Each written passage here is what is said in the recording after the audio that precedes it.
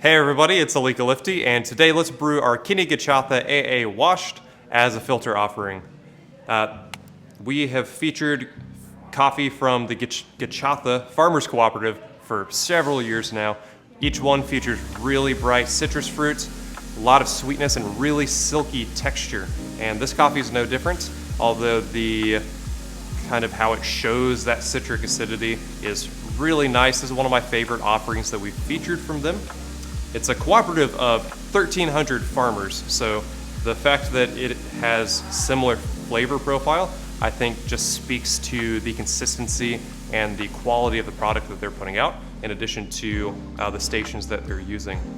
Today, I really wanted to brew this on the Hario V60. We're going to be using our standard V60 recipe. So grinding really fine, brewing really fast with a little bit hotter water. It's going to not only highlight that bright fruity acidity, but it's also going to give us a little bit more sweetness because of this very fine grind. So we're going to kind of balance that acidity with more sweetness and a little bit more body than you traditionally get out of the V60. Because of that, we have a stir stick. You can use a chopstick, back end of a fork, whatever.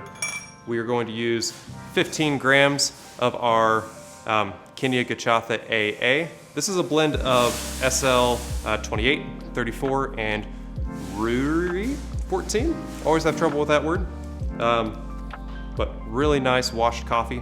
15 grams, and we'll be using 250 grams of 208 degree Fahrenheit water. And this is split into 3 pours. So fast, easy pouring. Let's get started and wet our paper filter. Remember, perforations, we always fold along those perforations. I'm going to place this straight into that V60, hold it flat. I'm going to start wetting on one side. Then you can let go. Be sure to rinse.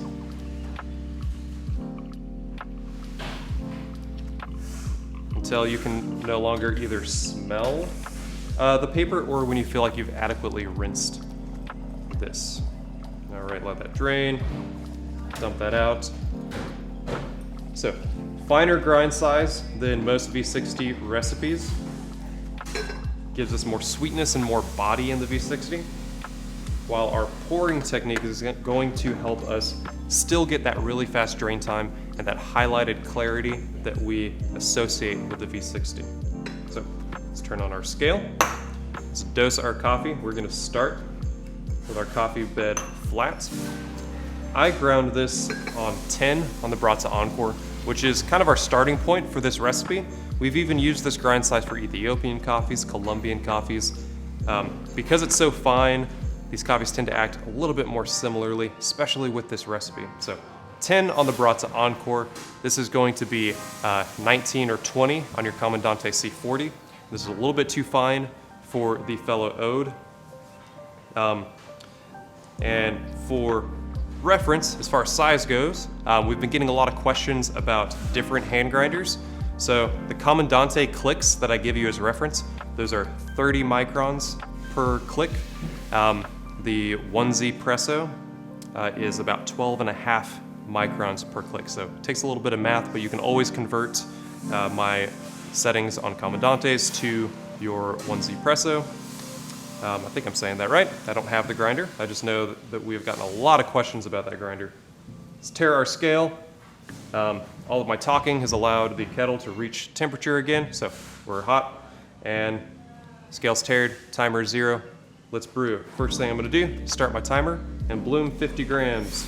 Spend a little bit more time there in the middle, work my way to the outside, touch all the coffee, back to the middle. Got a lot of bubbles right there because we are fine and we're in a big cone. So poke, break those clumps. You can feel that break and you'll see your water level actually drop as you break those air pockets and that water is able to saturate all of those grounds. Let this rest for 30 seconds. And here at 30, pour heavy, tight circles here in the middle, bringing this water level up to 150 grams total. So I'm pouring as heavy as my kettle will let me, mostly downward motion, almost like I'm trying to poke a hole out the bottom of this V60. This is raising our water level up. It's forcing coffee through the sides, now this middle, giving us a nice even valley, and speeding up our flow rate.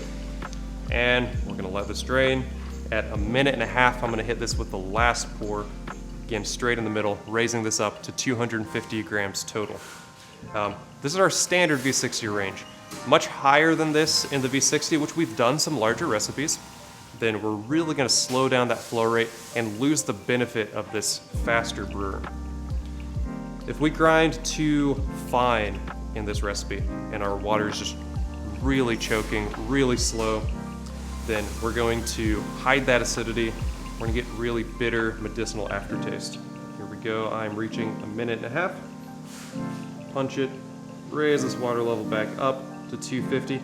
My water should cover all of those dry grounds again. If they do not, then we're too coarse. If we're too coarse and this is draining too fast, draining even through this brew bed, but before that next point, that minute 30 pour point, then we are going to be really bright, really sour. This is going to taste like underripe orange and like plum skin. It's that kind of astringency that you get from there. We're not going to have great texture. We're not going to have great sweetness. We're not going to have a long-lasting aftertaste. But when we're balanced, dialing in that grind size for this recipe and this coffee, then we're going to get bright and sweet ripe peach. So there's that citric acid that we get. It's more peachy, more sweet, and full-bodied this year than this traditional like orange or tangerine that we get from Gachatha. We are also going to get brown sugar, so really sweet, long-lasting sweetness that is very developed, along with a very silky texture, and a green apple there in the aftertaste. This kind of tart, sweet, slightly drying acidity.